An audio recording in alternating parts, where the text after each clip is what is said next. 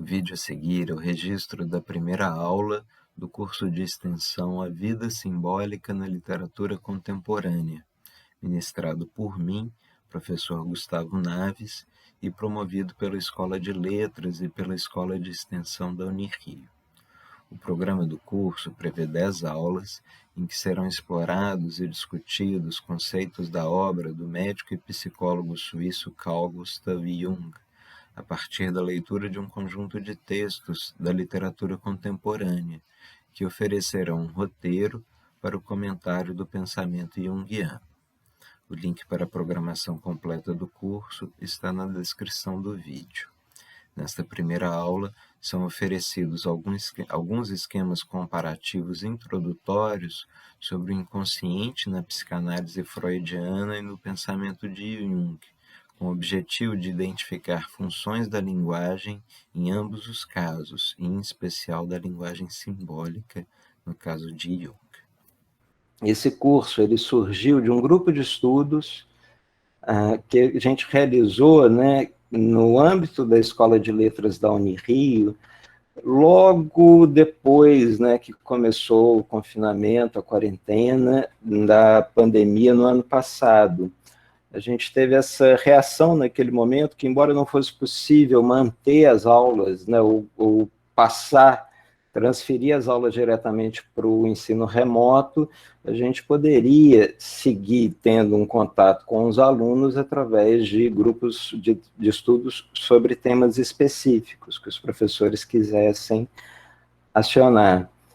E eu fiz a opção de fazer um grupo de estudos sobre o Jung, chamado Mito, Arquétipo e Psique, né?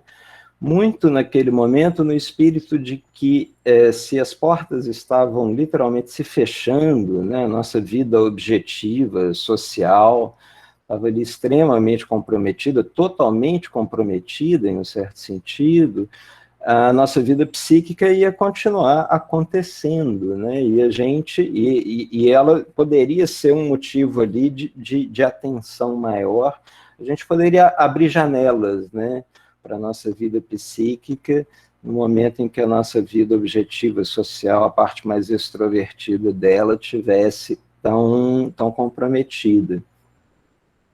E foi muito legal, a Carolina Machado, que está aí, ajudou muito, botou pilha, tem algumas pessoas que estão aí que participaram daquele grupo, e desde então eu fiquei de criar, né, um programa de um curso um pouco mais sistemático sobre o Jung, que era uma coisa que ia ser feita ali já em setembro, outubro do ano passado, mas que de repente eu mudei de ideia e resolvi fazer sobre Jung através da literatura contemporânea. E aí entrei num processo de criação desse modelo de curso, desse programa, que envolveu reler vários romances, muita conversa com os amigos para definir quais seriam, reler algumas coisas do Jung para ver se aquilo fazia sentido. Ser professor é muito legal nessas horas, sabe, gente? Criar um programa de curso é um processo criativo, cheio de dúvidas, angústias, né?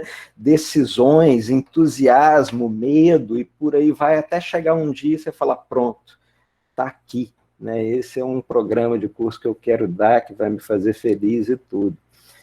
E então demorei por conta disso. E resolvi fazer no modelo de extensão, com a intuição, que agora me parece totalmente confirmada, assim, de que o Jung ele é um ponto de encontro para gente de muitas áreas diferentes, de muitos lugares, ofícios, interesses, né, distintos, né, que algumas pessoas já ouviram falar, algumas pessoas são da área mesmo, de psicologia, muita gente nas humanidades tem interesse na obra do Jung, e não encontra, às vezes, nos próprios departamentos de psicologia a ressonância, né, a oportunidade de estudar. Então, eu achei que a gente fazer a extensão, ela funcionaria aí justamente como nesse espírito da rede, né, e de criar esse ponto de convergência, esse ponto de encontro. O que eu pretendo fazer hoje na parte expositiva é estabelecer algumas bases em comum, né? Vai ser uma exposição introdutória, um tanto esquemática, né, sobre Jung, no espírito da gente saber de que ponto a gente está partindo, né? Para algumas pessoas pode ser muito básico, mas é sempre interessante voltar, né? Essa parte mais básica. E de todo modo eu vou vou tentar encaminhar essa aula já para aquilo que é interesse específico, né? Do curso, que é a noção, a categoria de vida simbólica, a partir da maneira como o conceito de símbolo surge, é mobilizado na obra do Jung, através, né, de diversos livros, entre as obras ali que ele escreveu de 1914 em diante, e as obras mais maduras mesmo, né? Embora em todos esses casos a gente esteja falando da obra que Jung escreveu após a célebre, ou não tão célebre, porque se vocês não ouviram falar nisso não tem problema, mas da comentada discussão, né, do embate com Freud. E é um dos episódios mais interessantes, de fato, da história das ideias, eu acho, né, da história intelectual. Você ter duas figuras tão importantes para um campo, para o surgimento de um campo, para a consolidação de uma área do saber relativamente nova, né? Entrando em um confronto tão direto, né, e se exigindo uma da outra uma delimitação de conceitos, de ideias, né, mais clara, mais incisiva que seja, eu acho que só fez por contribuir para tornar a psicologia, a psicanálise, a psicologia analítica dois sistemas de pensamento muito consistentes, né? Eu acho que o Jung, sobretudo, precisou construir a obra dele em contraste com a do Freud, isso exigiu muito dele, mas o Freud também, naquele momento, entre outros, reafirmou alguns princípios da psicanálise que para ele eram inegociáveis, que de fato a psicanálise não seria a psicanálise sem talvez aquela situação em que ele bateu o pé mesmo e falou, não, desse ponto a gente não passa, a psicanálise é isso, e é importante a gente se ater a esses princípios, né? Como eu disse a vocês, eu acho que cabe uma introdução rápida sobre o Jung, né?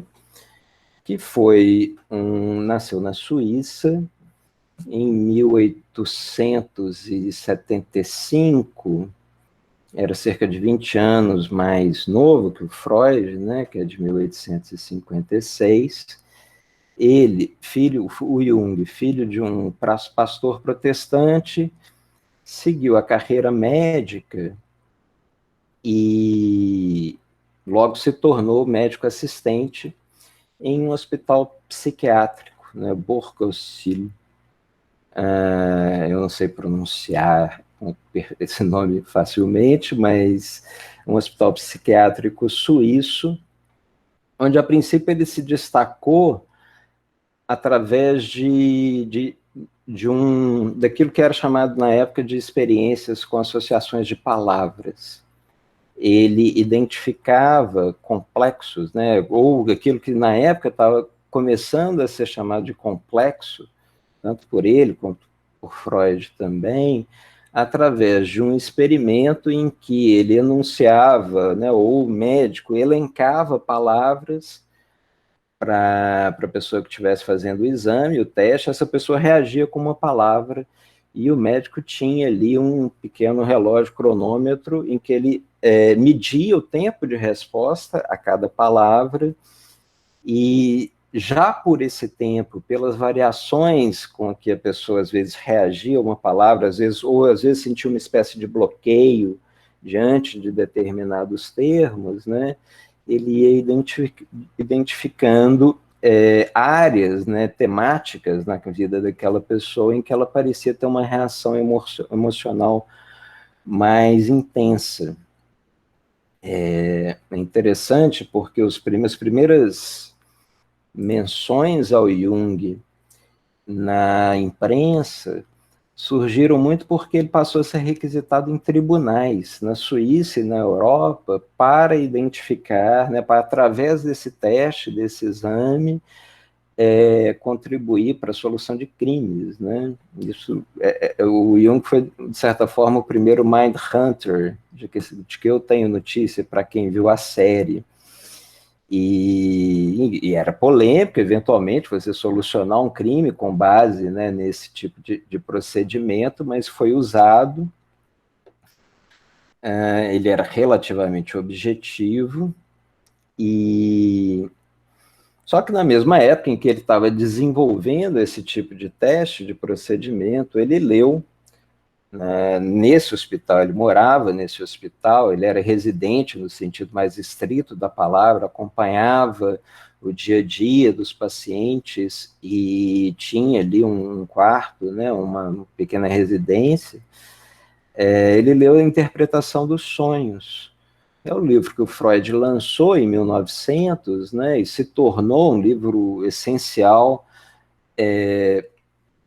na história intelectual, na história das ideias, de maneira geral, e não só na psicologia. E o Jung leu. O livro vendeu, se não me engano, o número exato, 351 cópias nos 6 primeiros anos de publicação, entre 1900 e 1906. E uma dessas cópias chegou até o Jung, ele leu o livro. Eu acho que é uma dessas situações assim, que a gente realmente fica impressionado com essas tramas, né? E procurou o Freud, em algum momento, né, se tornou uma espécie de aprendiz, de discípulo do Freud, a tal ponto que o próprio Freud o considerou, né, chegou a atribuir a ele a função de dar sequência ao trabalho da psicanálise, né, assumir a posição central proeminente que o Freud tinha como criador, pai da psicanálise, né? Se o pai da psicanálise era o Freud, até um determinado momento o filho foi o Jung, né? E com essa missão de substituir o pai nas revistas, nas sociedades que existiam então. E aí aconteceu, né, isso que eu cheguei a mencionar com vocês, de que eles passaram a se desentender frontalmente a partir de um determinado momento. Tem uma viagem que os dois fazem aos Estados Unidos, que já é ali motivo de muita discórdia, eles convivem muito nesse momento. Eu não vou entrar em detalhes sobre essa história, ela está muito bem relatada na biografia do Freud, escrita pelo Peter Gay, e eu acho bem relatada mesmo, né, de uma maneira interessante, relativamente imparcial, porque é uma treta cheia de detalhes e visões e perspectivas, né? E na biografia, a melhor biografia do Jung, né, que eu conheço, é a biografia da Deirdre Baer. Deirdre Baer. Eu coloco esse nome direitinho para vocês depois e mostro uma outra perspectiva, mas que é semelhante. O importante, né, para a gente aqui agora é que eles se desentenderam. O Freud, já num texto de 1915, 16, chamado Uma Contribuição à História do Movimento Psicanalítico, coloca uma pedra nesse assunto, ponto final. Fala que a psicanálise explica o que é a psicanálise e que não tem nada a ver com aquelas novas visões e propostas que estavam ali sendo colocadas pelo Jung. E o Jung, depois de uma crise pessoal muito intensa, entre 1912 e 1919, passa a construir mais sistematicamente a obra dele, né, naquilo que ela tinha de diferente e de contrastante com a obra do Freud. Em resumo, eles brigaram, ficou um chamando o outro de neurótico e seguiram seus caminhos ali, o Freud, né, tentando ainda e conseguindo, em grande parte, consolidar a psicanálise, né, como o eixo central da psicologia no século XX, da psicologia clínica, ou um dos, pelo menos, e o Jung, depois disso, construindo aquilo que ele veio a chamar de psicologia analítica em alguns momentos, psicologia complexa em outros. A minha impressão é de que nunca pegou muito, né? Esses termos não pegaram como a psicanálise pegou, que a gente identifica muito claramente ali ao Freud, mas a psicologia junguiana, né, pós-Jung, e com seus teóricos e comentadores junguianos, pós-junguianos, seus clínicos, psicólogos, com suas práticas, né, e teorias específicas. Existe uma questão interessante que eu vou colocar para vocês desde já, mas que a gente pode ir avaliando isso no decorrer do curso, de que em que medida, né, a teoria do Freud e a do Jung são excludentes ou compatíveis. Se você perguntasse para o Freud, ele ia falar, não, é um ou outro. Né? Se você está comigo, isso que o Jung está dizendo não faz o menor sentido. O Jung é mais ambíguo nesse sentido e, com alguma frequência, ele supõe que a teoria do Freud poderia, né, estar englobada pela dele, poderia ser parte da psicologia analítica, poderia ser aplicável, né, e recomendável a vários casos. E em outros momentos ele diz que não, que seriam excludentes, né, que não é possível compatibilizar as duas. Então, como eu disse, isso talvez ajude a gente a pensar isso, talvez ajude a gente a ter um rumo durante o curso, né? Porque eu vou apresentar a vocês agora uma imagem bastante esquemática, né, daquilo que seriam diferenças entre o pensamento do Freud e o do Jung, porque eu suponho que ela ajude, essa comparação seja útil e ajude, né? Não é necessariamente para tomar partido, mas para aproveitar esse jogo comparativo de semelhanças e diferenças na compreensão. E a dissensão entre eles, ela surgiu num primeiro momento, tendo como um dos eixos principais, grandes motivos, aquilo que veio a ser chamado quase que do dogma da sexualidade, na teoria freudiana, né, de que a sexualidade, libido, seria de origem erótica, sobretudo, embora a pulsão de morte em algum momento, né, inclua no pensamento freudiano um outro viés, mas naquele momento, sobretudo, era considerado herético dizer que haveriam outras formas de energia que, em sua origem, não seriam de natureza erótica sexual. E Jung disse isso, né? Pensa, por exemplo, de que os símbolos religiosos não são sintomas de algum tipo de energia sexual reprimida, eles surgiriam, né, por conta própria, por caminhos próprios, que não passariam ali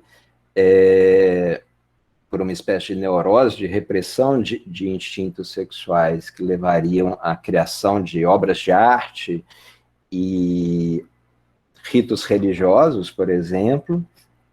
Então, esse é um ponto principal. Veio depois, né, a ser consolidada também essa diferença no contraste entre a importância, o fato, né, de que dentro da teoria do Freud o inconsciente é pessoal, Isso eu queria enfatizar com vocês, né? Ele pode ter um caráter assim intrínseco à própria espécie, mas os conteúdos inconscientes eles surgiriam em cada experiência individual, né? Eles fariam parte da história de um indivíduo, de uma pessoa. Aquilo que está nesse depositório de imagens, memórias, impulsos reprimidos, né, teria acontecido, né, teria sido vivido, experienciado em algum momento da vida da pessoa e teria sido reprimido pelas forças, né, da moral, dos costumes, da sociedade, do superego e por aí vai. E o Jung, ele presumia, né, fazia parte da teoria dele, que a gente pode ter memórias de experiências que a gente não viveu nessa vida especificamente, de imagens, símbolos que são herdados de experiências ancestrais que fazem parte ali de um corpus, né, inconsciente que não foi agregado exatamente nessa experiência, nessa trajetória individual, né? Isso que tem uma série de implicações na maneira como os dois pensam e na maneira como a psique vai ser compreendida nos dois casos, né? Queria enfatizar com vocês desde já, porque isso em todas as nossas leituras acho que vai ser muito importante, isso implica um aspecto temporal, de que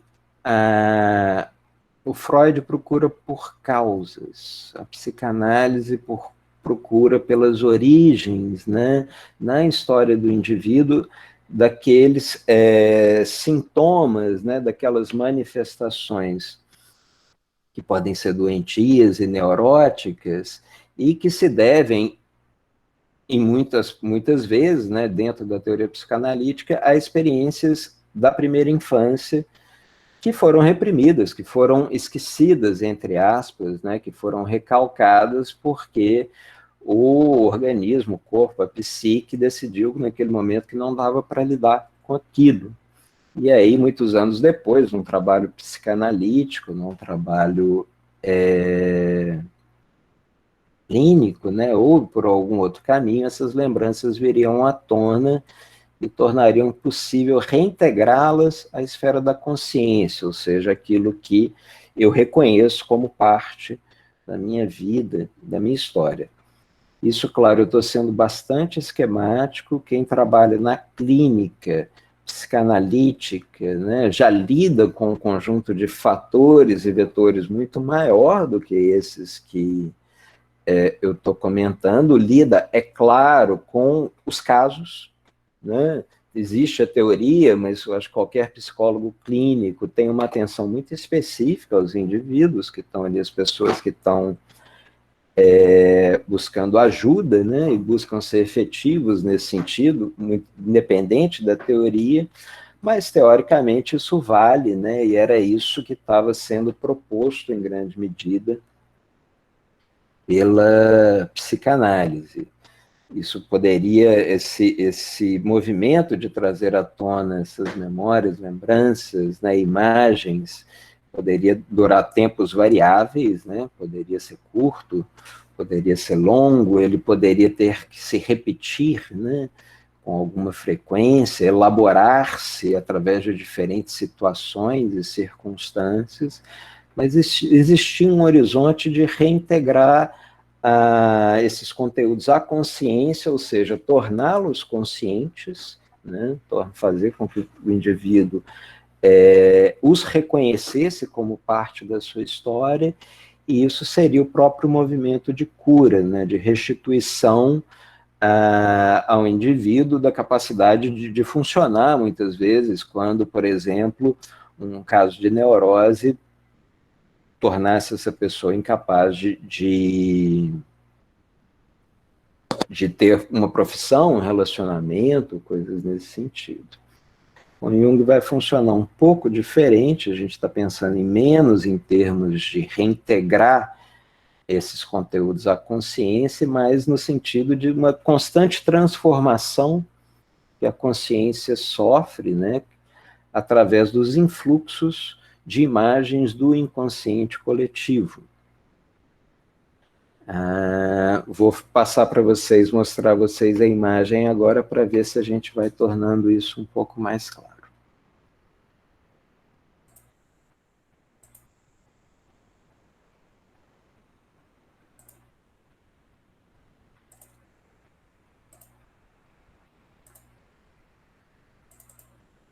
Com 3 imagens, eu vou descrever, essa aqui é a única que é uma imagem mesmo, nas outras folhas são tópicos. Eu vou descrever essa aqui rapidinho para vocês, para quem está lavando a louça, acompanhar. Mas é basicamente o que a gente tem aqui do lado esquerdo. É um círculo maior, né, que seria a esfera da consciência,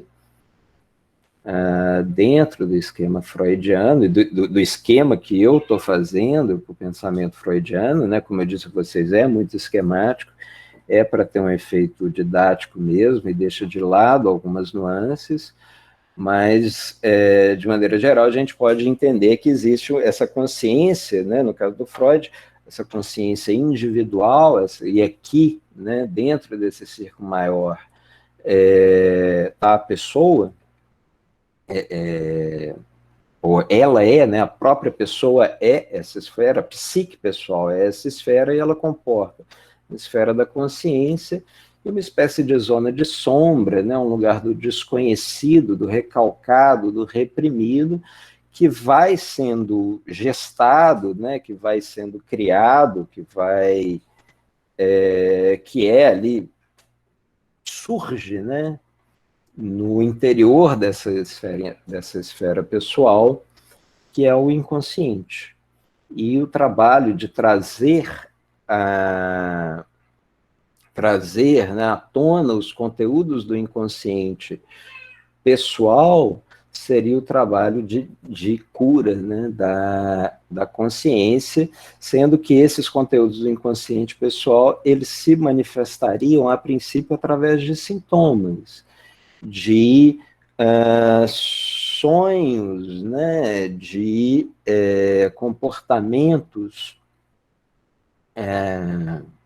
comportamentos compulsivos, imagens oníricas que requereriam ali uma espécie de interpretação para se chegar na origem, né, daqueles comportamentos, daquelas neuroses. Então, a gente supõe que se esses conteúdos do inconsciente pessoal passassem a tomar conta da vida da pessoa, ela passaria a ter comportamentos neuróticos, histéricos, paranoicos, fobias, que só seriam sanados mesmo através do trabalho psicanalítico. O importante disso é que a análise freudiana, ela é regressiva, ela remonta as causas e nunca e presume que está tratando de efeitos, né? O futuro aí não entra em questão. Os próximos passos na vida da pessoa não é o que está em jogo, né? O que está em jogo é aquilo que a está impedindo de avançar em seus propósitos conscientes, né? Em suas empreitadas que eventualmente são sabotadas por esses conteúdos inconscientes que atrofiam a capacidade, né, daquela pessoa viver todas as suas potencialidades. Mas isso quer dizer, então, que a teoria do Freud remonta ao passado, às origens ocultas desses sintomas presentes. E aí o termo oculta é muito importante, né? Porque aí o que a gente está pensando é todo um trabalho arqueológico de escavar mesmo a memória para descobrir as causas, as origens dos sintomas. E o trabalho do Freud, a obra do Freud, ela é em ampla medida arqueológica. Quando a gente pensa em totem e tabu, ele estaria ali escavando as origens da civilização através de uma morte, né? A morte do pai, da horda primitiva, que teria sido reprimida, esquecida, ocultada, né? Para que a própria civilização pudesse surgir. Então, a própria civilização dentro desse esquema seria carregada de culpas, né, por essa morte primordial. Moisés e o monoteísmo também, uma arqueologia da morte de Moisés, né, pelas tribos do Êxodo. E o complexo de Édipo, né, a história de Édipo, que vocês já devem ter ouvido falar, se tornou, então, né, caracteristicamente associada à psicanálise, muito porque sintetiza essa experiência, né, de um indivíduo que vai rememorar, né, aquilo que esse próprio indivíduo não sabe do seu passado, da sua história, e que remontaria, e o Freud teve essa percepção, né, remontaria aos instintos sexuais infantis mesmo, que seriam de atração pelo parente do sexo oposto, de hostilidade pelo parente do mesmo sexo, ou seja, né, matar o pai e desposar a mãe, que é o que acontece na história do Édipo, mas acaba sendo reprimido, é motivo de muita culpa, e por aí vai. O importante disso é que, do ponto de vista, gente, da ciência moderna, quer dizer, o importante disso, né? Várias coisas são importantes aí se destacar, mas dentro do programa que eu preparei para vocês, essa teoria freudiana, ela se encaixa perfeitamente, porque ela trabalha com causa e efeito, e nunca com finalidade. Ela é newtoniana, ela é causalista, o próprio Freud tinha perfeita consciência disso. Há quem brinque, mas não é de todo absurdo, né, pensar a psicodinâmica freudiana como uma espécie de psicohidráulica, em que a libido vai procurando caminhos e onde ela encontra bloqueios, ela né, se sente represada, reprimida, ela acaba fazendo pressão em outros pontos, né, e criando uma série de problemas. E o Freud tinha consciência disso, se aferrou muito, e aí surgiu também uma das questões com Jung, que hoje em dia é perfeitamente compreensível, que seria justamente o fato de que ele queria ater a teoria dele, ou ele achava que ela se atinha e deveria se manter assim, aos princípios científicos tradicionais da era moderna, né? Causa e efeito. O Freud, inclusive, quando ele teve um final de vida muito difícil, muito impressionante. Pensar uma pessoa, né, um judeu aos seus 80 e poucos anos, em Viena, vendo a filha sendo levada pela Gestapo e tentando permanecer na cidade, mas ao mesmo tempo precisando sair dali, né, e precisando manejar toda a transposição da família para a Inglaterra. E nesse caso a gente está falando de uma pessoa cheia de recursos, de condições, com amigos em Londres, e ainda assim viveu, né, dá para a gente imaginar, dias terríveis. Mas, do mesmo jeito, teve algo que foi considerado por ele muito feliz, que foi a assinatura dele na Sociedade Científica Britânica, Real, né, ali onde ele colocou o nome dele embaixo dos nomes de Isaac Newton, entre outros. Não que Jung não quisesse fazer parte desse time, não que ele não tenha tentado e insistido no aspecto científico da obra dele, mas quando a gente pega o Jung de 80 e poucos anos, é interessante, porque ele escreve um texto sobre o I Ching, né, o oráculo chinês, que a gente vai ler em algum momento do curso, no qual ele fala, eu estou me expondo aqui pela primeira vez, né, boa parte do meu interesse nos oráculos, né, fala da astrologia, fala do tarô, e comenta que durante boa parte da vida ele ocultou mesmo, né, boa parte do interesse dele nesses aspectos, nessas práticas, para preservar uma certa imagem acadêmica, científica, que talvez ficasse comprometida pela expressão desses interesses. Então, terminam, desse ponto de vista, eles terminam as obras, as últimas obras do Freud, episódios na vida de um e de outro, são bem sintomáticos, né? O Freud chegando em Londres e, de certa forma, assinando ali a adesão dele, se tornando parte do cânone moderno científico, né, dentro de um campo específico, que foi a psicologia, e isso faz todo sentido, pelas razões que eu coloquei, e o Jung falando, olha, na verdade eu sempre curti astrologia, eu sempre curti tarô, o I Ching eu sempre usei, sempre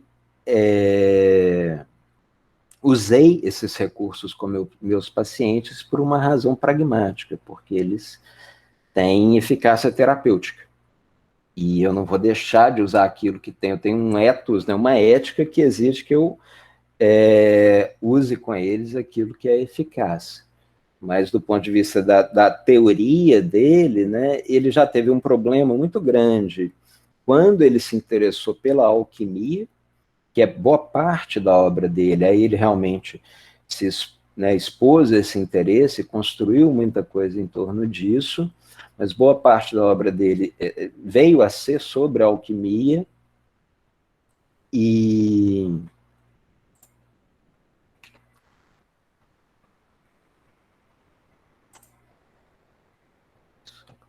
só entrando aqui.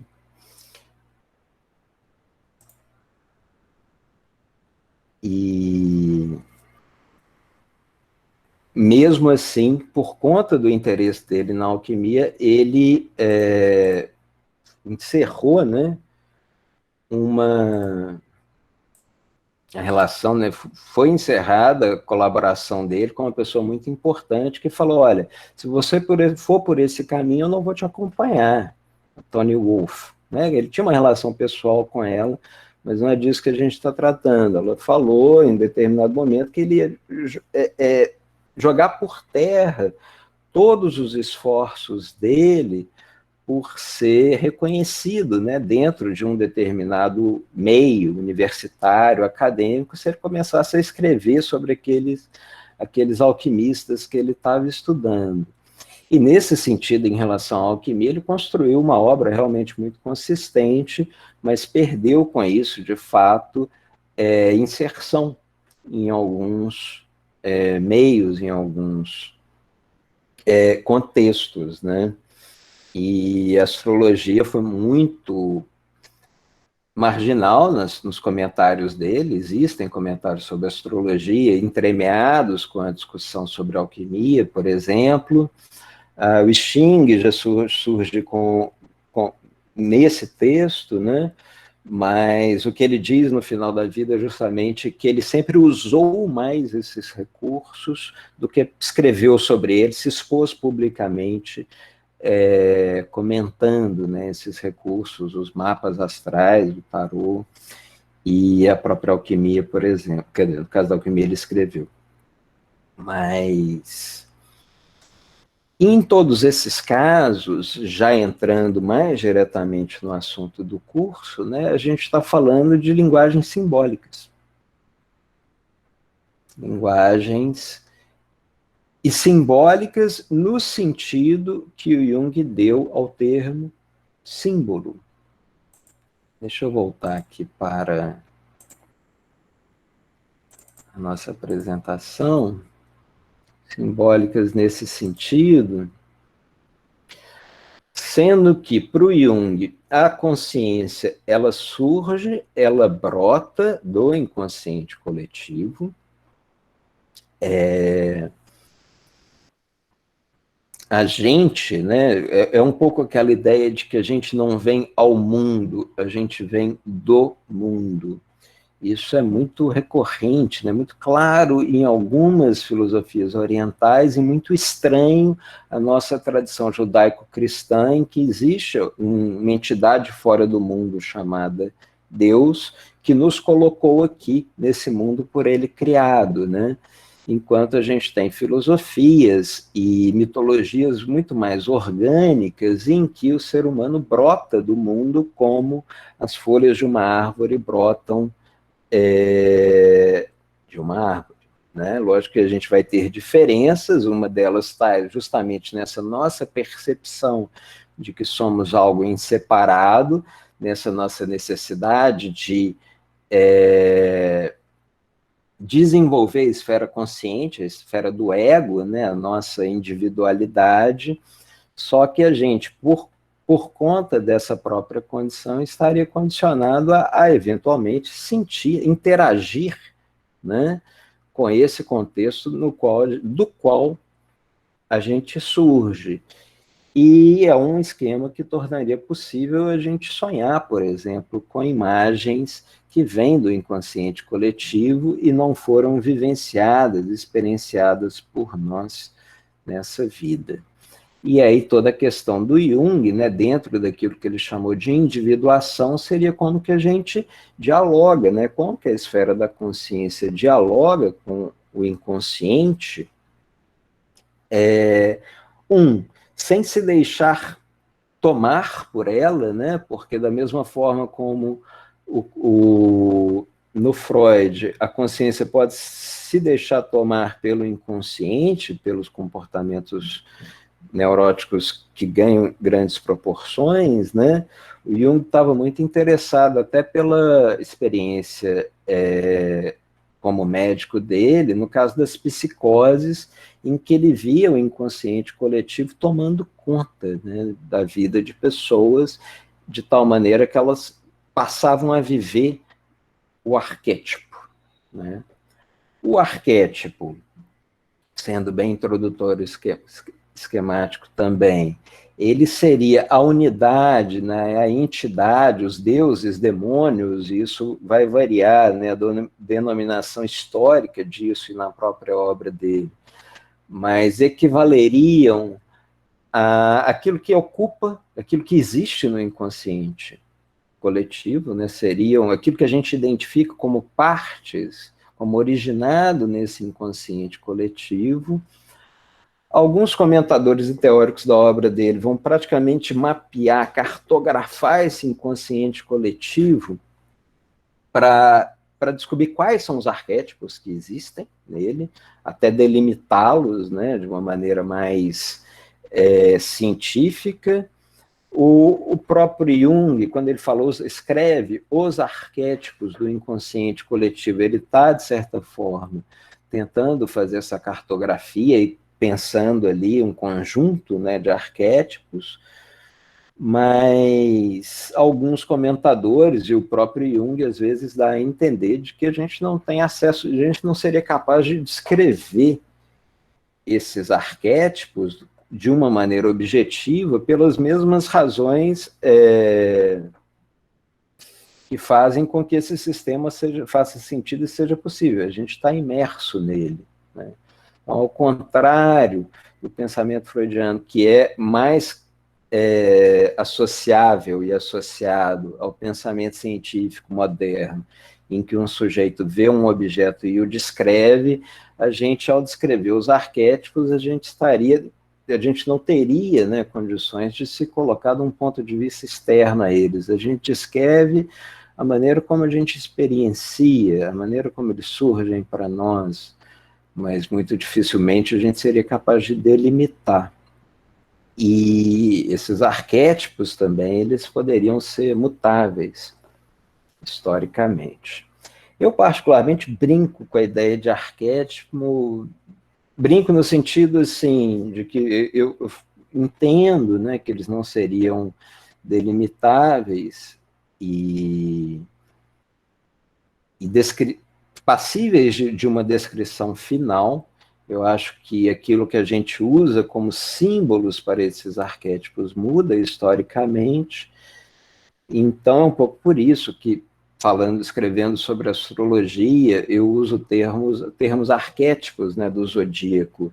É um pouco para dar aquele sabor junguiano mesmo, essa ideia, mas um pouco porque eu não creio, né, que ao contrário do Robert Moore, por exemplo, que é um crítico muito interessante, teórico junguiano, eu não creio que a gente seja capaz de fazer essa cartografia completa. A gente está sempre jogando com essas imagens. E é um pouco por isso também que o curso é sobre símbolo e vida simbólica. Porque dentro dessa lógica, o símbolo seria mais próximo daquilo que o Jung chamou de imagem arquetípica, usando o arquetípico como adjetivo e não como substantivo, né?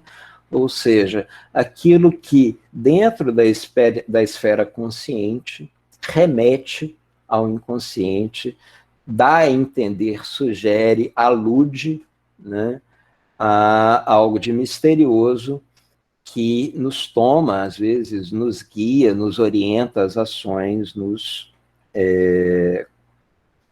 questiona, né? Nos transtorna, nos seduz.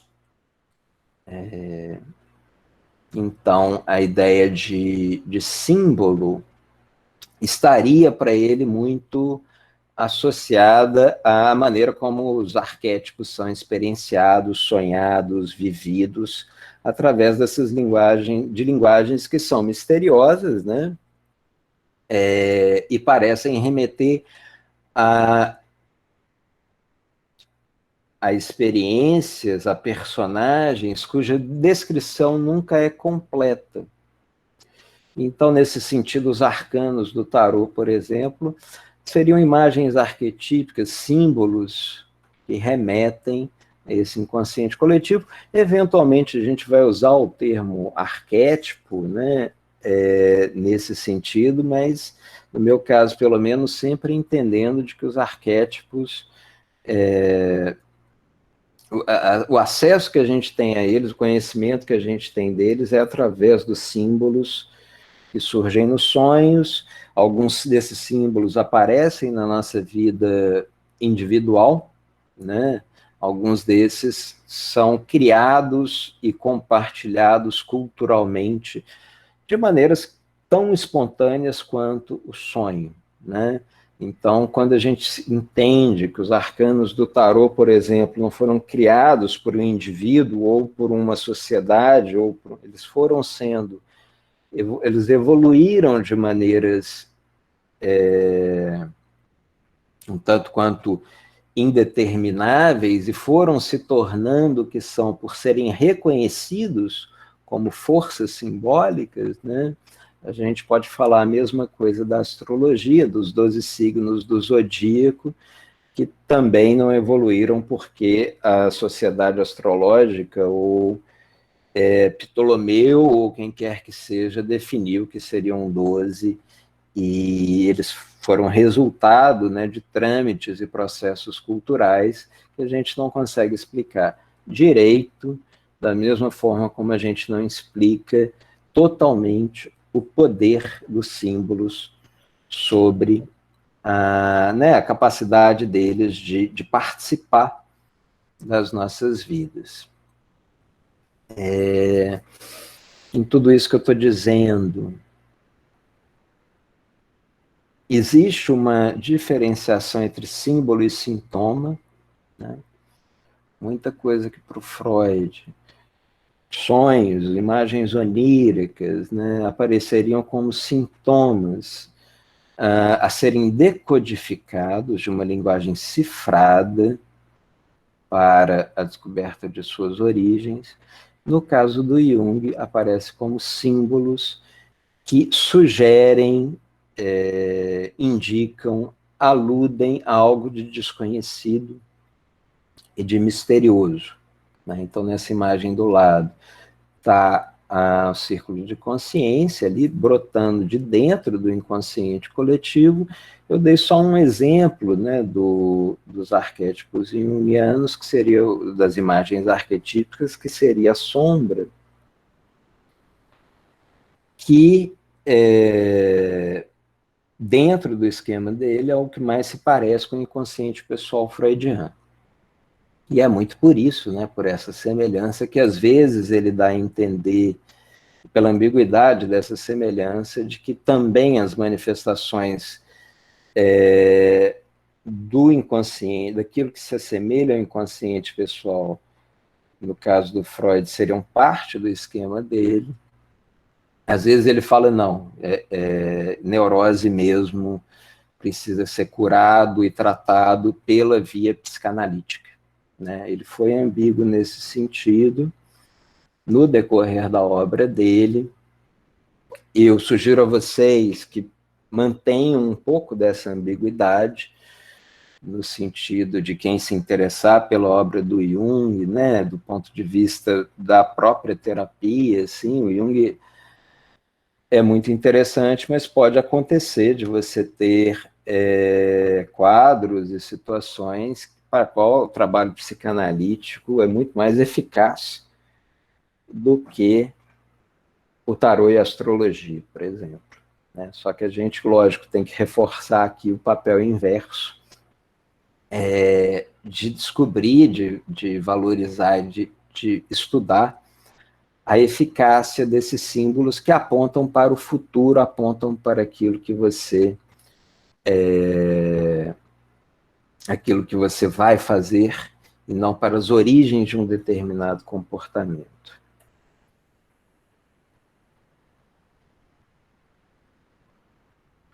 Então, gente, muito do que eu disse está aqui, nesses tópicos que eu estou colocando para vocês na tela agora, né? O processo psicanalítico seria de remorar o que foi reprimido, em comparação do Jung, seria o desconhecido reconhecido, nesse sentido de que os conteúdos do inconsciente coletivo são, de certa forma, desconhecidos por nós, porque um pouco como no mito de Platão, em que presume que ao nascer a gente bebe, né, das águas do rio Lete, do esquecimento, o pensamento do Jung presume isso também, mas que seria passível de reconhecimento através dos símbolos. Um reconhecimento que nunca é completo, porque a gente está imerso na situação e os símbolos aludem a algo de misterioso. Ele vai repetir muitas vezes na obra dele que os símbolos são a melhor expressão possível para algo que é impossível exprimir. Acho que essa é uma boa síntese assim, do que ele entende por símbolo. É uma expressão provisória, ela é culturalmente determinada e variável, mas ela é essencial para o processo de individuação. No caso do Freud, isso vai remontar a trama familiar, né, o próprio que eu falei sobre o Édipo, já fala um pouco disso, né? E é um pouco aquela história de que no final das contas a culpa vai ser de papai e mamãe. E no caso do Jung, a gente pode usar o termo trama ancestral, porque remonta, né, a experiências arquetípicas da humanidade. Se a gente quiser usar uma palavra difícil, né, uma palavra forte, poderia ser uma trama cósmica também. Mas eu acho muito interessante, porque no final das contas você pode pensar, né? Nesse caso a gente está, ao invés de colocar a culpa no papai e mamãe, a gente coloca a culpa no universo, coloca a culpa no signo, coloca a culpa, né, nos ancestrais. E aí tem uma passagem do Jung que eu gosto muito, vou até buscá-la aqui para vocês, que eu recortei,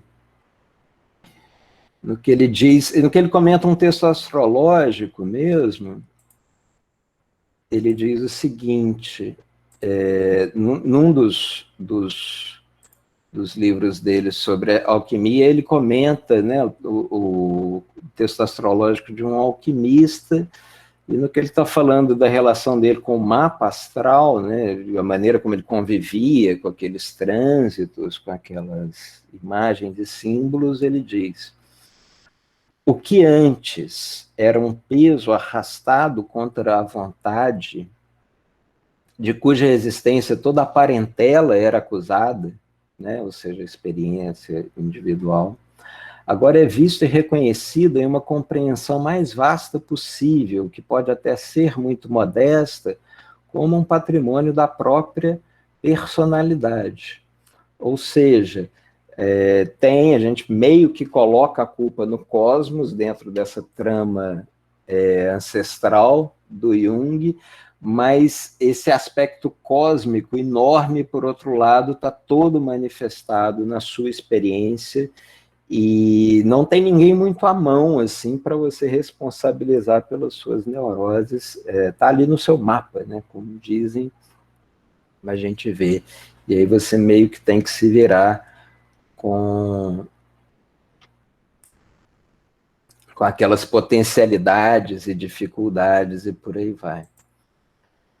Como eu falei, no Freud, manifestação histórica, ou seja, vai buscar as origens, né? É histórica, mas é uma história que foi ocultada, é uma história que foi reprimida, e muito como um historiador detetive edipiano, né? Porque o Édipo também era um detetive, as pistas, né, vai em busca das pistas, dos indícios, dos sinais e também dos símbolos, porque o símbolo, nesse caso do Freud, vai remeter a algo desconhecido, algo esquecido, mas que pode ser reconhecido totalmente, né? O símbolo fálico, por exemplo, remetendo aos instintos sexuais. Então, no caso do Freud, você vai remeter ao passado, e no caso do Jung, muito importante, os símbolos têm uma manifestação teleológica finalista. Então, se no Freud você tem uma análise regressiva, se volta para o passado, e a questão que surge é por quê, qual é a causa. No caso do Jung, a questão é para quê, qual é a finalidade. No caso do Freud, então, você tem uma linguagem cifrada que vai ser decodificada. No caso do Jung, você vai voltar os seus esforços para uma linguagem simbólica que vai direcionar a ação para o futuro.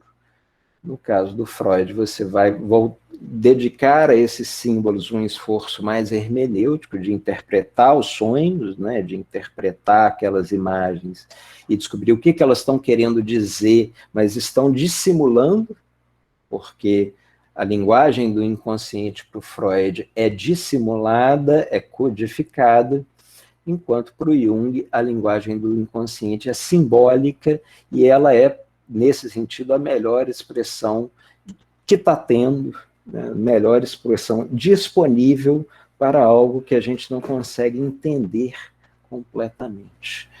E aí o que ele vai recomendar para a linguagem simbólica é o que ele chama de amplificação, que é acrescentar analogias, acrescentar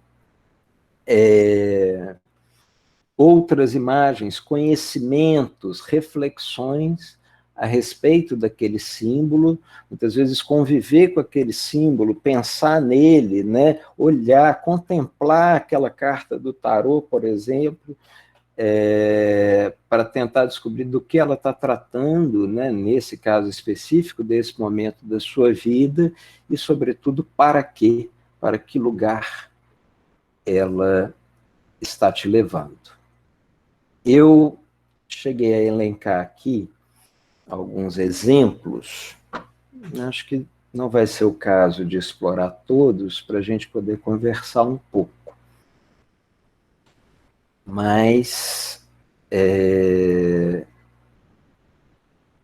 rapidamente, O Homem dos Lobos, né, é um estudo de caso do Freud em que os lobos nos sonhos, né, surgem de uma maneira como cifras, como símbolos de uma experiência reprimida, né, que teria sido ocultada pela consciência, e os lobos são interpretados justamente como sinais, né, dissimulações de algo que o inconsciente queria dizer à consciência, mas a consciência normalmente não aceitava quando aquilo vinha, ou se aquilo viesse dito diretamente, né? Então, no caso do Freud, os xistes, por exemplo, né, as piadas mesmo, às vezes são maneiras de... O ato falho são maneiras de trazer à tona os conteúdos inconscientes que a consciência rejeita. O sonho da injeção de Irma é um caso equivalente, né, que marca praticamente o início da psicanálise, é o sonho do próprio Freud, com o qual ele abre a interpretação dos sonhos. As Duas Mães de Leonardo da Vinci já são uma aplicação disso ao quadro, né, de Da Vinci chamado A Virgem, o Menino e Santa Ana, também tratando, analisando, né, buscando uma compreensão da obra do Da Vinci, daquele quadro em particular, em função de experiências infantis. Eu mencionei a Carta Roubada de Poe, que foi retomada pelo Lacan, né, que foi diretamente mencionada pelo Lacan, que deu sequência, né, e deu, ao mesmo tempo, introduziu algumas variações muito significativas e importantes nesse esquema que eu estou falando do Freud, sobretudo na atenção dele à linguagem, mas eu introduzi isso aqui mesmo porque, como eu disse, no caso do Freud, a história de detetive, a história de policial faz muito sentido, assim, não é à toa que ele é contemporâneo de Sherlock Holmes, porque a história, em certo sentido, né, de Conan Doyle, a história policial vitoriana é aquela em que você tem um crime e que compromete a ordem das coisas, compromete o funcionamento normal das coisas, chama-se um detetive e ele vai, através de pistas, né, buscar fazer arqueologia, investigação daquilo que está oculto. E uma vez descoberto o criminoso, você vai ser capaz de retomar a normalidade. Esse é o ponto, né? A sociedade se reintegra, se reconstitui, e existe um horizonte de normalidade possível que vai ser constantemente comprometida por novos crimes, mas esse é o processo de restituição e de investigação das causas. E então Edgar Allan Poe, com os contos dele, faz muito sentido nesse contexto. E sem entrar no Raymond Carver, porque não vai dar tempo hoje, a gente pode deixar isso para o começo da semana que vem, porque dialoga com o livro, a próxima obra que a gente vai tratar, né, a primeira, ou A Estrada, dialoga dentro do contexto da literatura norte-americana, mas esse é o nome, né, do que estamos falando quando falamos de amor, é o nome que o editor do Raymond Carver deu ao conto Iniciantes, que alguns de vocês leram, né? E é essa comparação que eu queria fazer, chegando o momento propício. O Homem do Falo Solar equivale ao sonho da injeção de Irma, na obra do Freud, um paciente que tinha sonhos, né, ou delírios, alucinações, em que o sol possuía um falo e semeava, né, a terra, e através de estudos, pesquisas, que segundo o próprio Jung, nunca teriam estado disponíveis para aquele paciente em particular, ele descobriu, né, cultos mitraicos, culturas antigas em que o sol aparecia com aquele aspecto, né, com o falo. Então isso faz parte aí da história, né, do próprio pensamento junguiano. E aí eu vou, só para terminar, comentar o sonho da ilha deserta e esse acordar no meio da noite aqui, porque eu gosto muito, e não são exatamente, não tirei da obra do Jung, mas da obra de teóricos junguianos, psicólogos clínicos, né, que trabalham com pensamento e praticam e aplicam pensamento junguiano, e eles me parecem muito interessantes para exemplificar isso tudo que a gente está falando do símbolo.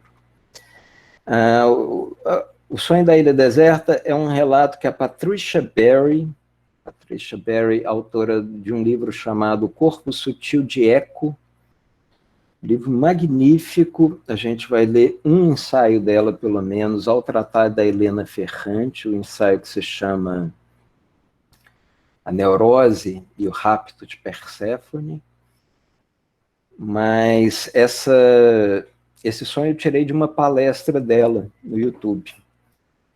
E ela fala de uma paciente, é relativamente simples, mas dá um pouco a medida desse aspecto finalista e teleológico, da maneira como ele pode aparecer nas nossas vidas. Ela fala de uma paciente que teria tido um sonho no qual ela dizia que ela estava diante de um rio com uma correnteza muito forte, e ela sentia que ela precisava ou queria atravessar esse rio. Ela via uma ponte ao longe, lá embaixo, mas essa ponte levava apenas a uma ilha deserta. Esse foi o sonho. O que a Patricia Berry fala é uma discussão até envolvendo outros autores voltados para a questão da análise dos sonhos, né? E falou com ela, né, talvez depois de algumas reflexões a respeito, é que tinha uma palavrinha nessa descrição dela que ela tinha que pensar bem se era uma palavrinha do sonho ou que ela tinha inserido ali depois que ela acordou, que é o apenas. Ela falou, descreve o sonho para mim de novo. Ela falou, eu estou diante de um rio revolto, existe uma ponte e ela leva a uma ilha deserta. E aí o que ela dá a entender a Patricia Berry é falar, pois é, atravessa a ponte e vai para a ilha deserta. O sonho está te descrevendo o que você vai fazer. Porque na época, naquela situação, ela estava num relacionamento difícil, já muito desgastado, do qual ela não conseguia sair. Ela, àquela altura, já tinha sentido, né, intuído que o próximo passo dela era ficar sozinha, atravessar aquele rio revolto e enfrentar, né? E ela tinha uma ponte, que era terminar o relacionamento, e essa ponte ia levá-la a ficar sozinha, assim, por um tempo. Então, e aí o símbolo da ilha, né, da ilha deserta, desse lugar onde ela ia estar nos próximos meses, anos, né, surge dessa maneira com essa perspectiva finalista que eu estava comentando com vocês, que te dá um propósito, né, te dá um próximo passo. Em uma outra interpretação, você poderia colocar aqui, buscar as origens do medo dela de estar numa ilha deserta, de estar sentimentos de abandono infantis, algo desse gênero. Mas dentro da leitura junguiana que a Patrícia faz, ela fala, olha, o que tem aí é um propósito, é uma finalidade, o que esse sonho está trazendo para você é um pouco o roteiro da sua história. E quando a gente chegar lá no final do curso, no História da Sua Vida, o texto do Ted Chiang, que virou o filme A Chegada, a gente vai ver como que isso pôde ser representado de uma maneira bastante interessante. E o acordar à noite, no meio da noite, já é um caso mais extremo, mas que eu gosto muito, porque é o James Hillman, um outro teórico junguiano, numa palestra também, essa tá em livro, em que ele se pergunta por que as pessoas mais velhas acordam tanto para ir ao banheiro no meio da noite. Aí vocês estão vendo como é que o pensamento, a lógica junguiana é invertida, né? Para quê? Ele está falando, e não por quê, não por que motivo. O motivo está claro, ele é fisiológico. Você produz mais urina, a bexiga, a próstata. Ele fala, mas para quê? Né? E ele faz um movimento mais extremo, mas que é bem típico, né, de alguns lances do pensamento junguiano, que eu acho muito interessantes, que ele fala, porque eles têm que aprender coisas que só se aprende no meio da noite. As pessoas, quando elas chegam nessa etapa da vida, elas precisam conviver com alguns demônios que habitam a madrugada. Elas precisam entrar em contato com Lilith, com Nyx, com Nêmesis. Elas estão numa etapa da vida em que elas estão em condições de lidar, de entender, né, um conjunto de questões, de experiências que... Então, ele volta lá atrás e fala... A questão da urina existe para isso, né? O corpo funciona para nos levar a esse tipo de situação. O corpo é sábio. E é lógico, a gente, quando a gente estiver lá, né, acordando 4, 5, 6 vezes por noite, ou a gente vai estar, né, talvez xingando muito James Hillman por ter tido essa ideia absurda de que a gente precisa aprender alguma coisa com essa situação. Mas é algo muito semelhante à maneira como a gente está sem paciência nenhuma com Mercúrio retrógrado e chega o astrólogo e fala, gente, mas isso aí está ensinando a gente uma lição, né? Tem um astrólogo que tem uma teoria que eu gosto muito, que fala que Mercúrio retrógrado, ele existe para chamar a nossa atenção para tudo aquilo que a gente negligenciou durante o período em que Mercúrio estava direto. Então, os aparelhos, as comunicações, as relações que a gente deixou ali no automático, Mercúrio faz a gente rebobinar todas elas. Aí entra a questão da amplificação, né, da qual o Jung fala. Se a gente lembra, por exemplo, que o Mercúrio da lenda, Hermes, era um filho mais novo de uma família que tinha Zeus, Atenas, um monte de figuras. De vez em quando ele precisa fazer barulho para ser notado, né? Mercúrio retrógrado é um pouco isso, filho mais novo e negligenciado, cuja criação está ali no automático, depois de tantas, né, experiências semelhantes, ele chamando atenção e fazendo, né, arte, travessura, para que a gente observe a existência dele. É disso que o Jung fala quando ele fala em amplificação. Você pegar o mito e a maneira como ele se relaciona, né, com aquela experiência.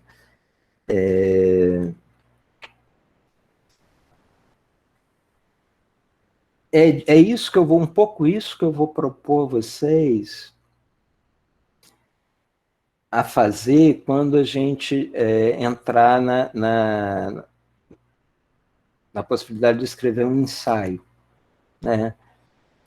E faz parte do curso, a ProEx, né, pede que a gente, de certa forma, exige que a gente proponha um sistema de avaliação. E a partir da aula que vem, a gente vai ver como que a gente talvez deva partir do pressuposto que nós somos socialmente, culturalmente, destituídos de símbolos. A gente tem que reconhecer, talvez em primeiro lugar, uma situação sociohistórica, né, em que a gente tem pouca coisa disponível e compartilhável em termos de vida simbólica. Eu próprio, com astrologia, sei que quando eu falo, começo a entrar no jargão, isso não é compartilhado. Pensei esse curso muito por conta disso também, para a gente tentar chegar a pontos em comum que a astrologia não me permite. Né? Porque algumas pessoas têm interesse no tarô, outras nos sonhos, outras em outras formas de vida simbólica. Então, culturalmente, a gente tem que partir de uma situação que, para mim, está representada no Cormac McCarthy, no Estrada, que é uma situação de destituição da vida simbólica. É a primeira distopia com a qual a gente vai lidar.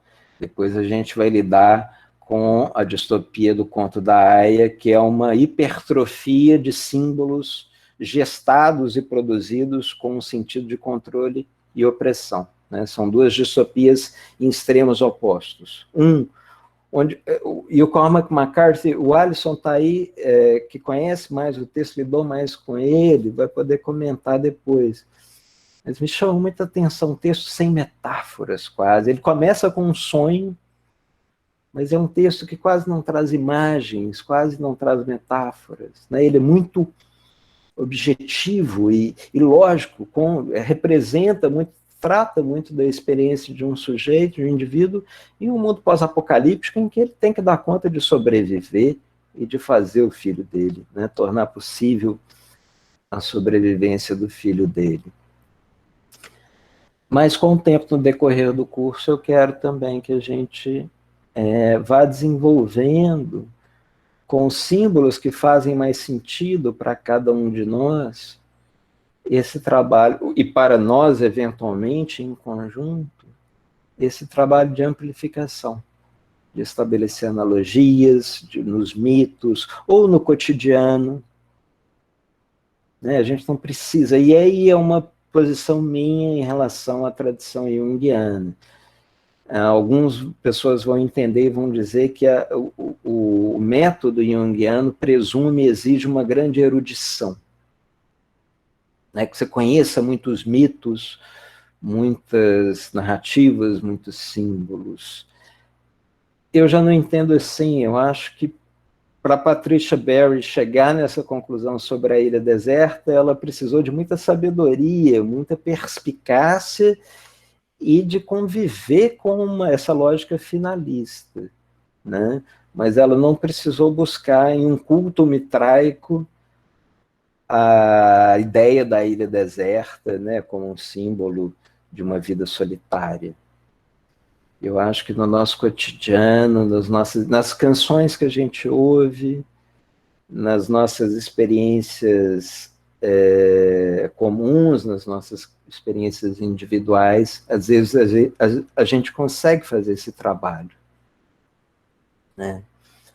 Eu tento escrever assim, eu lembro de um texto sobre gêmeos, que eu escrevi uma vez, que lógico, ele fala de Hermes, ele fala de Mercúrio, mas o que realmente me instigou, me levou a começar esse texto, esse ensaio, foi lembrar de um colega meu, que fazia travessura atrás de travessura com a mãe.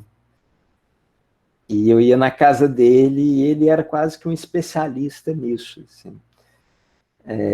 Trabalhar com amplificação nas nossas vidas é isso, é perceber na nossa vida, no nosso cotidiano, aquilo que remete, que dialoga, né, com aqueles símbolos. Eu vou encerrar por aqui. A Luísa, a gente vai ver como é que funciona. Vocês podem levantar a mão, a Luísa, se quiser buscar o Carver, o Antônio, o que está no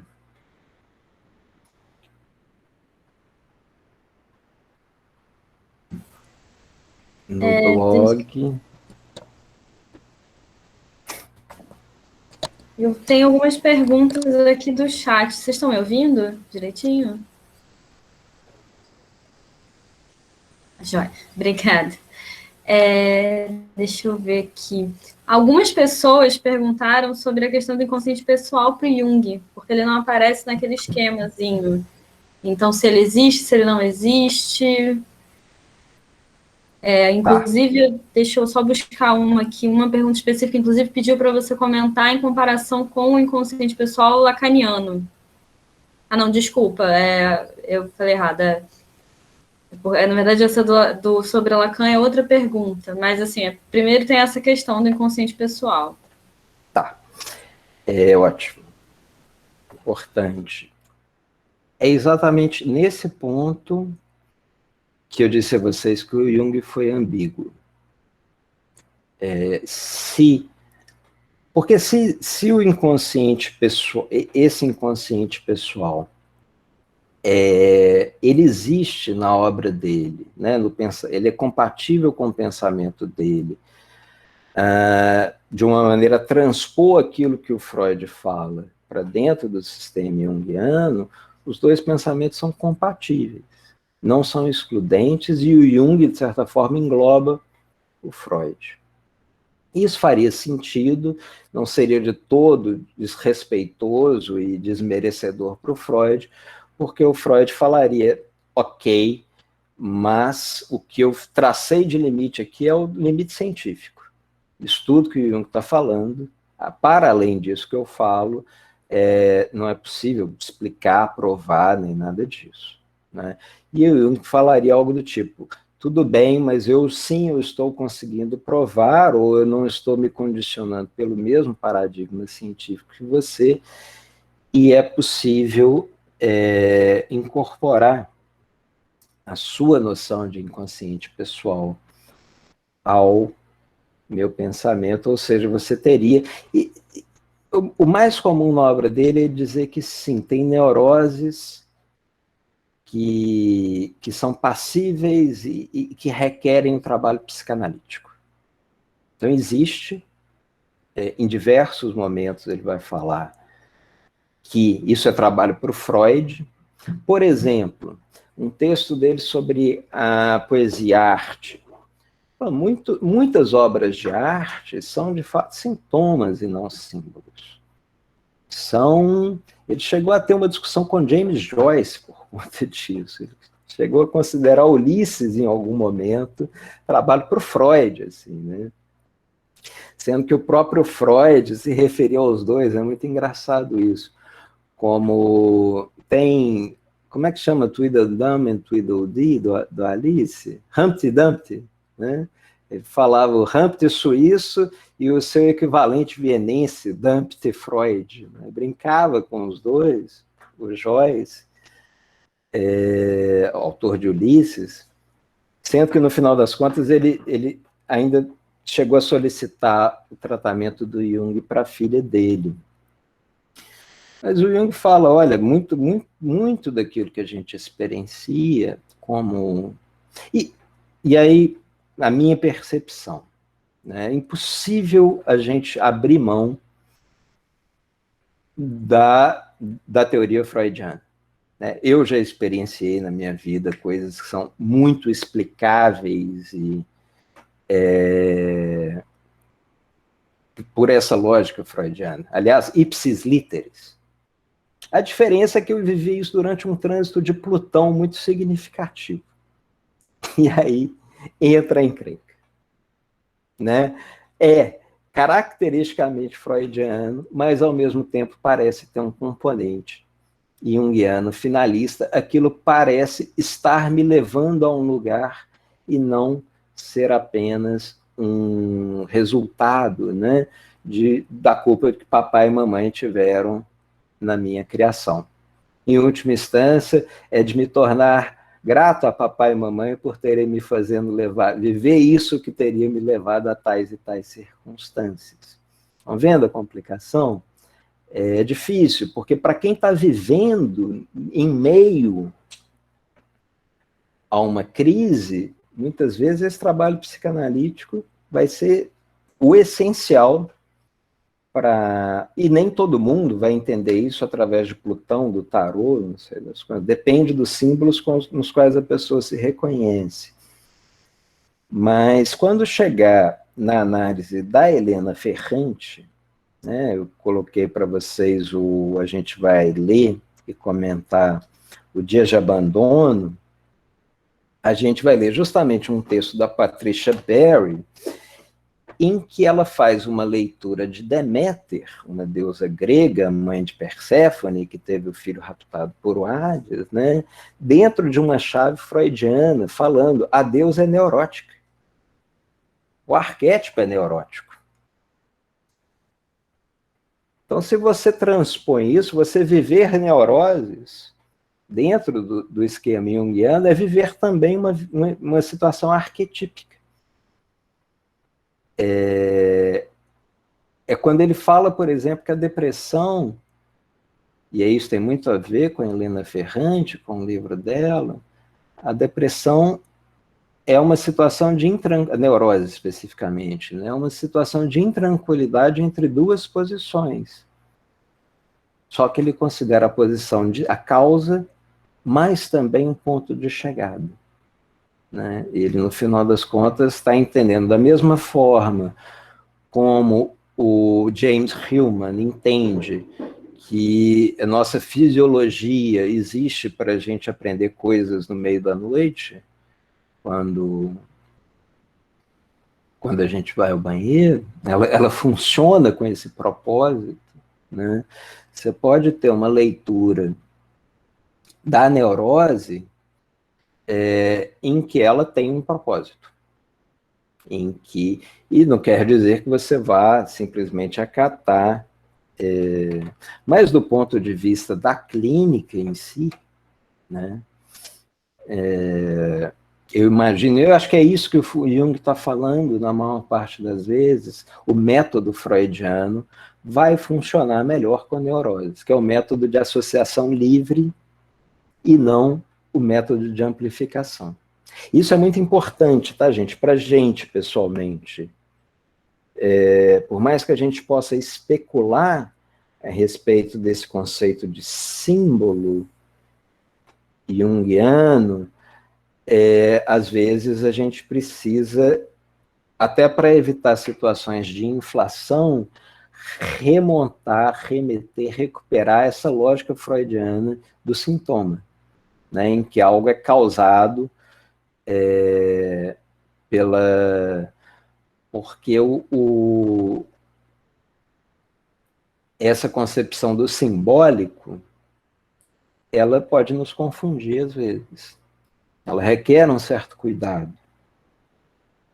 E do ponto de vista clínico, eu super entendo assim, que as duas coisas sejam mobilizadas e que, de repente, o método para... por mais que um psicólogo clínico possa entender e supor que aquela neurose tem um propósito, né? Ele pode entender também que aquele propósito só vai ser alcançado se aquilo for tratado como uma neurose no sentido tradicional, através da associação livre, da rememoração, e aí você não vai rememorar Deméter, não. Você não vai rememorar o mito. Você não vai... Talvez você não chegue a esse propósito, né, através do método junguiano de amplificação. Talvez você chegue, de fato, através da arqueologia que o Freud propõe para os nossos complexos. Mas é um ponto delicado em que o Jung foi sempre ambíguo, porque como o próprio esquema que eu mostrei para vocês, de certa forma, diz, o Jung teve que lidar muito mais, não só por questões pessoais, né, por ser mais novo, mas ele teve que lidar mais pela própria maneira como o pensamento dele está construído com essa questão que vocês estão trazendo, né? Mas espera aí, e o inconsciente pessoal e os traumas de infância, né? Eles estão representando uma situação arquetípica, ok, mas o que a gente faz com eles? Agora, por outro lado, né, a gente vai chegar nesse ponto quando a gente falar do Sobre Meninos e Lobos. Existe um potencial enorme para você pensar e trabalhar o trauma sobre essa perspectiva junguiana.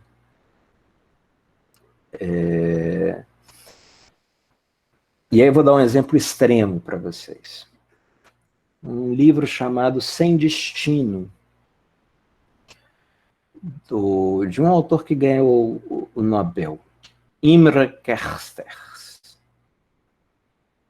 E que ele fala da experiência dele em campos de concentração.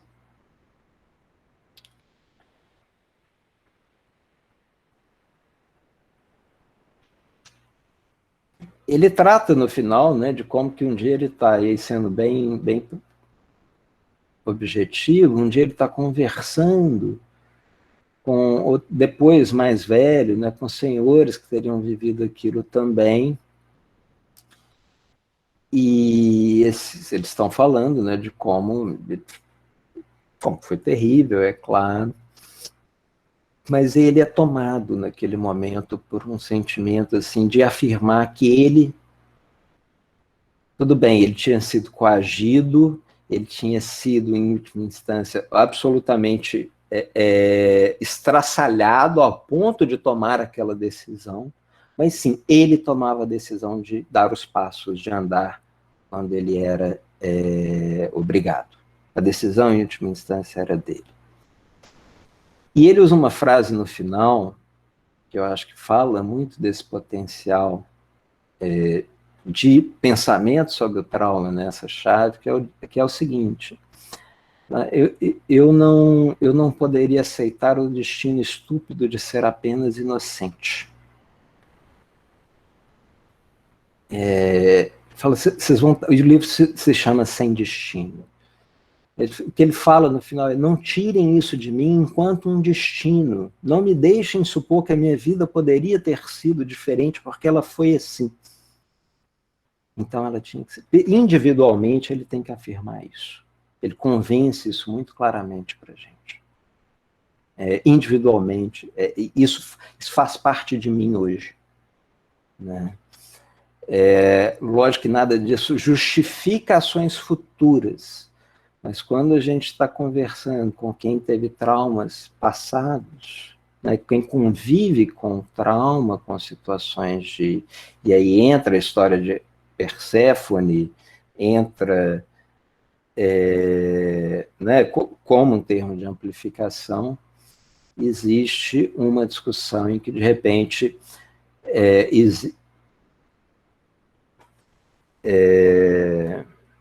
se você tem isso disponível, você não vai inventar isso.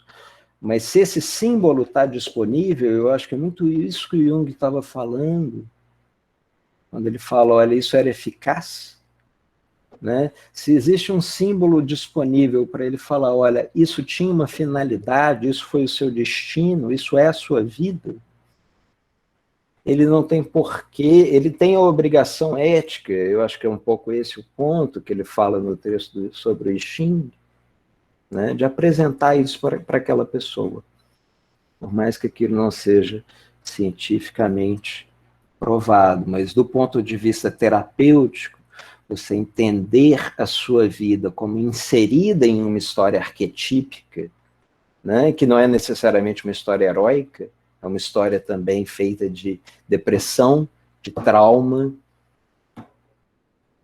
de abuso, muitas vezes. Isso permite que você cumpra, né, um trabalho terapêutico, que é um trabalho também filosófico, mas que, no caso da pessoa, do indivíduo que está ali buscando ajuda, e que é o ponto principal. A gente vai tratar disso no Sobre Meninos e Lobos, né, do trauma, com certeza é um dos pontos mais delicados a se discutir. A gente vai tratar disso no âmbito, até para dar uma certa leveza, a gente vai falar do Stranger Things, que remonta ao mito de Perséfone, né, aquele rapto da criança para o Upside Down. Só que a gente vai ver justamente um rapaz que foi raptado e vítima de abuso, tentando criar símbolos para conviver com essa história, numa sociedade, né, que é a sociedade estadunidense, absolutamente destituída de símbolos por conta da tradição protestante, que ao contrário da católica, ao contrário de tantas outras, né, é uma tradição totalmente iconoclasta, que destitui mesmo as imagens de um lugar importante. Então, o que a gente vai ver ali é uma criança totalmente destituída, né? Um indivíduo destituído de vida simbólica, espremendo os próprios ossos para pensar a experiência dele em termos de eu sou um menino e aqueles eram os lobos. Né? Ou seja, elevando de alguma maneira a experiência dele, com a qual ele viveu, a um plano arquetípico, simbólico, que permite que ele maneje, né? Então, eu acho que quando a gente vem de uma tradição, ou pensa isso dentro da tradição estadunidense, e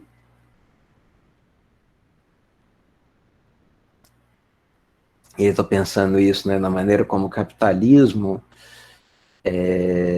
nossa vida econômica, nossa vida social é muito condicionada por essa tradição, que é uma tradição de destituição dos símbolos. A gente vai remontar a Weber para falar disso, o desencantamento do mundo, né? O mundo desencantado.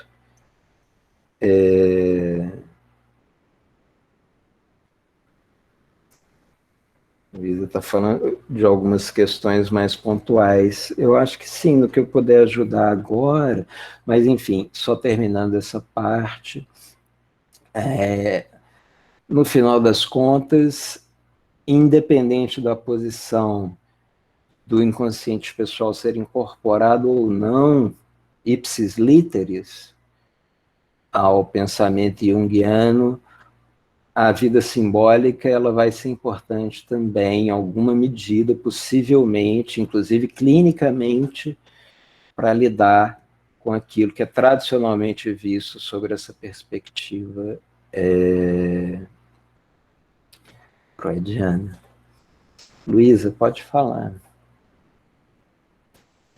Então, tem umas perguntas que são mais pontuais que fizeram. A Elisa perguntou se os arquétipos seriam imutáveis. E também falando sobre arquétipos, o Antônio perguntou se a origem deles é externa ou interna do ser humano. Deixa eu ver o que mais. Tá, arquétipos.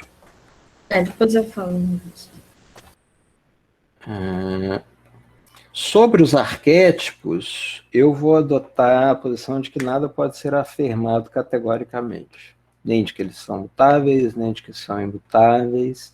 Eles são indescritíveis e a gente, pelo fato de estarmos imersos, né, na vida arquetípica, não poderíamos dizer isso. Agora, o que é importante é a gente entender que os símbolos são mutáveis, né? A gente pode, os símbolos eles podem ser criados com o tempo, imagens arquetípicas podem ser, podem surgirem, podem ser incorporadas a um cânone. Existem símbolos que já funcionaram muito bem na tradição católica e que se desgastaram e que para muita gente não fazem sentido, para outros podem fazer. Existem símbolos associados a experiências religiosas, existem símbolos que brotam do inconsciente, mesmo quando a nossa vida simbólica está absolutamente empobrecida, é o que Jung diz a respeito da água. A água seria um símbolo do inconsciente, em quase todos os casos, mas ele tem uma recomendação muito interessante aos clínicos, né, que é a seguinte: simbolismo você pode até estudar e aprender, mas na hora que você estiver tratando de alguém, esquece tudo que você já sabe, né? Escuta, observa o que está surgindo naquele caso em particular. Em relação à descrição dos arquétipos, é interessante porque os arquétipos que o próprio Jung definiu, tentou descrever, não se tornaram, alguns deles não pegaram. Assim, né? A gente, eu pelo menos, aí vai variar, mas a gente que transita entre diferentes linguagens simbólicas, eu sei que eu posso falar com vocês de Mercúrio retrógrado, que vocês vão mais ou menos, né, ter alguma referência, isso vai ressoar de alguma maneira. Se eu falar do puer eterno, já é um termo muito técnico, né, mas para um arquétipo que é um arquétipo infantil, que é um arquétipo de uma vida feita de potencialidades, que é um arquétipo que ele descreveu sob esse nome. Mas seria difícil dizer que os arquétipos são imutáveis, até porque eles não são nomeáveis. Quem são os arquétipos? O Jung propôs 12, né? Tentou descrever alguns, mas eu vou falar de Deméter como um arquétipo, eu vou falar de Capricórnio como um arquétipo, outra pessoa vai falar da sacerdotisa do tarô como um arquétipo, do julgamento como uma... Então, vale, gente, para o arquétipo, vale o que o Bruno Latour, que é um estudioso da técnica, né, diz sobre a técnica na imagem, na Esperança de Pandora. O que ele diz: técnica é um ótimo adjetivo e um mau substantivo. Eu entendo a mesma coisa com os arquétipos. São mau substantivo porque não são exatamente uma coisa, é muito difícil pensá-los, né, nomeá-los, e como você não nomeia algo que é um substantivo? Mas são um ótimo adjetivo porque a gente fala de uma imagem arquetípica, de uma narrativa arquetípica, de uma situação arquetípica, isso faz sentido, né? E não exige que a gente nomeie. Então, para estabelecer as bases, e aí eu não estou falando que isso seja o correto, ou né, uma das leituras do Jung, o Robert Moore, que eu comentei com vocês, vai falar: não, existem arquétipos, sim, eles são 6 e estão aqui. Eu passei minha vida estudando isso, você tem o rei e a rainha, e são fantásticas as palestras dele sobre isso. O amante, o guerreiro, ele se dedicou particularmente a arquétipos masculinos.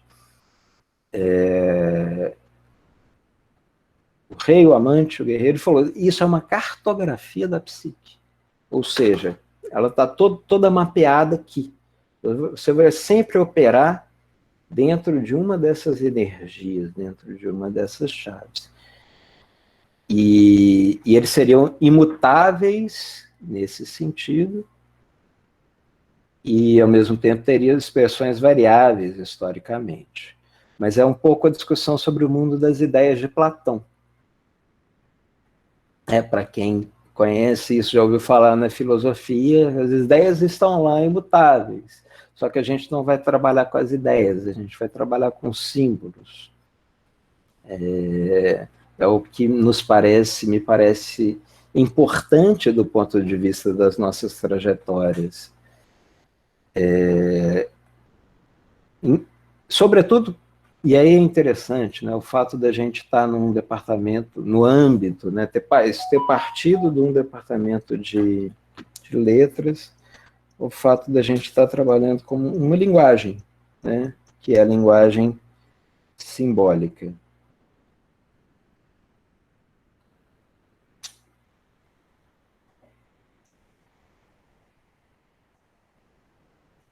Então, vem daí a escolha pelo termo linguagem simbólica também, né? E não os arquétipos na literatura contemporânea, vida simbólica. O que me interessa não é exatamente a maneira como o arquétipo de Perséfone, de Deméter, surge no Dias de Abandono, da Helena Ferrante, mas o que eu estou propondo a vocês é como que ela, protagonista, vive simbolicamente. Como que eu brinquei no programa, porque ela fala o tempo todo de uma pobre coitada, que é uma mulher que teria sido abandonada quando ela era nova, né? Isso se dá uma leitura freudiana o tempo todo, porque isso está no inconsciente pessoal dela, no que o marido dela deixa ela sozinha em casa com os filhos, ela é abandonada. Ela se lembra, né, surge essa imagem na memória dela de uma vizinha que era a tal pobre coitada, que ninguém no bairro, todo mundo no bairro tinha pena dela, etc. E aí eu brinquei no programa com a gente criar o arquétipo da pobre coitada. Pensar, né, pensando em Deméter, né, a depressão de Deméter, e fazendo a inversão do que seria uma leitura psicanalítica, né, para uma inversão, para uma leitura em que a pobre coitada sonhar com a pobre coitada, ela alucina, ela vê a pobre coitada na casa dela, e é um texto interessante nesse sentido, que tem algumas alusões ao tarô também. Ela fala, eu sou o 8 de espadas, eu sou não sei o quê. Ela tem uma vida simbólica, né? Que vem através dos sonhos, que vem através das alucinações, mas que está narrando um processo depressivo, mas que talvez tenha, a gente lendo, a gente pode discutir, esteja levando-a para a ilha deserta, seja o processo através do qual ela vai chegar. Então, esse é um exemplo de vida simbólica, né? Como eu já falei sobre Meninos e Lobos, a gente vai vendo na estrada como que isso aparece. Eu não entrei, gente, isso estava lá no programa, eu praticamente não falei de outras concepções do símbolo na teoria literária, na antropologia, mas a gente vai ter oportunidade de trabalhar isso, de falar disso, sobretudo no Conto da Aia, que é o Conto da Aia mobiliza símbolos, é uma sociedade cuja vida simbólica se dá muito mais numa interpretação, numa concepção do símbolo que a gente encontra em outros contextos. Ela também, a Jun, no caso, está ali destituída de vida simbólica real, o nome próprio dela talvez seja o símbolo mais precioso que ela tem, com o qual ela sonha, no qual ela contempla, mas ela está submetida a uma vida simbólica em que o símbolo aparece muito mais no sentido que o Roland Barthes deu de uma semiocracia no sentido extremo, né? Uma vida simbólica voltada para o controle dos indivíduos e não para a individuação.